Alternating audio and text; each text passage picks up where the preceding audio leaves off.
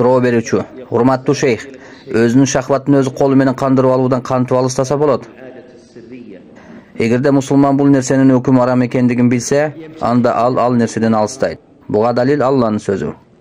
Момундар өздөрүнүн жыныс мүчөлөрүн Аллах харам кылган зынадан жана башка нерселерден сакташат. Ал эми өздөрүнүн жубайларына жана күңдөрүнө жакындык кылса, ал үчүн жемеленбейт. Анткени Аллах аны адал кылган. Ал эми кайсыл пенде жубайлары менен күңдөрүнөн башка шахватын кандыра турган нерселерди издесе, анда алар чектен чыгуучулар. Бул Курандан болгон далил.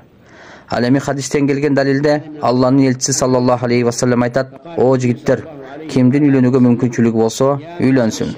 Себеби үйлөнүү башка аялга көз салуудан сактап, эркектин мүчөсүн зынадан тосот. Ал эми кимдин үйлөнүүгө мүмкүнчүлүгү болбосо, ал орозо кармасын. Себеби орозо шахватты басат."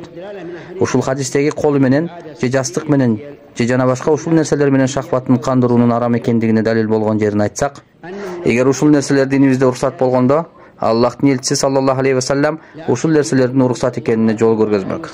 Кол менен кандырып алуу орозо кармаганга караганда бир топ жеңил жана ал нерседе ырахат бар эле.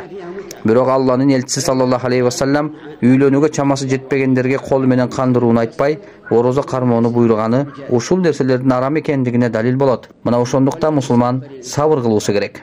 Алла Таала Куранда айтат: "Кедейликтен жана башка себептен улам үйлөнө албай жүргөндөрдү Аллах өз кеңдиги менен аларды байытканга чейин өздөрүнүн ар намыстуу, уяттуу жерлерин арам нерселерден сакташсын" деген.